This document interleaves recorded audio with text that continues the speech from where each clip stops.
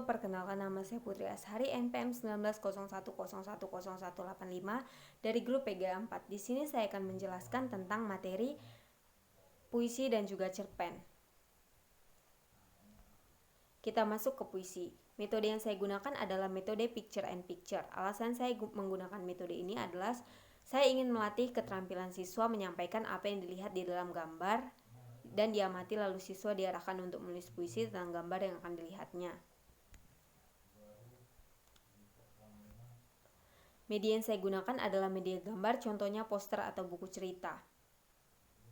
Pendekatan yang saya gunakan adalah pendekatan deduktif. Alasan saya menggunakan pendekatan ini adalah saya ingin mengajak siswa berpikir logis dalam puisi yang akan dibuatnya.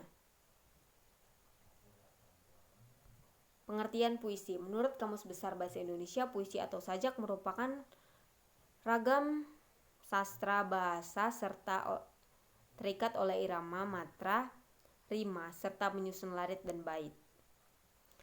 Jenis-jenis puisi ada dua, yang pertama puisi lama, yang kedua puisi modern. Contoh puisi, yang pertama matra, yang kedua pantun, yang ketiga gurindam, yang keempat syair, yang kelima puisi romansa, yang keenam balada, yang ketujuh epik.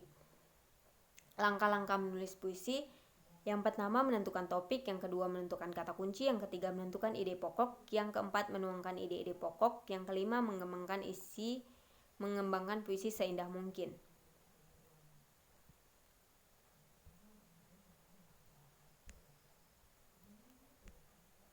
Kita masuk ke cerpen atau cerita pendek.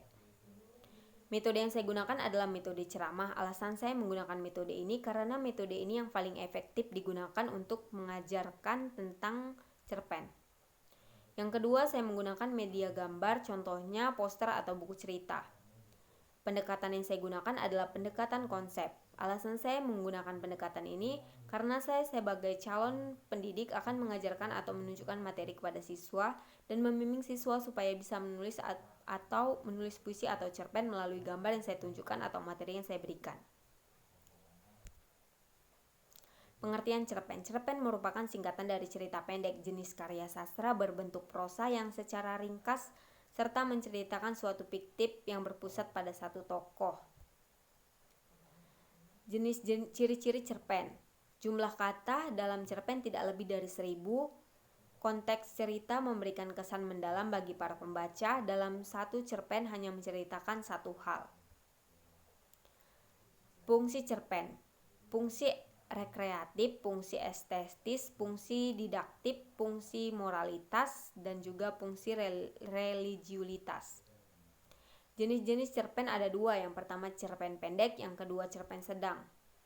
Cara menulis cerpen, yang pertama memilih tokoh atau tema, yang kedua menentukan jenis cerpen, yang ketiga menentukan tokoh-tokoh, yang keempat menganalisis watak, yang kelima menulis garis besar cerita, yang keenam menentukan alur, yang ketujuh menentukan latar cerita, yang ke-8 memilih gaya pencerita atau sudut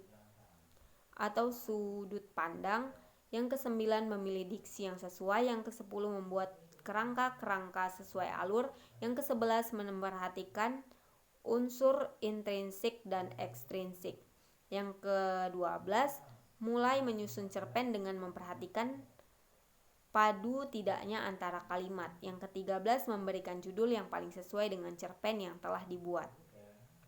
Sekian yang bisa saya sampaikan. Terima kasih.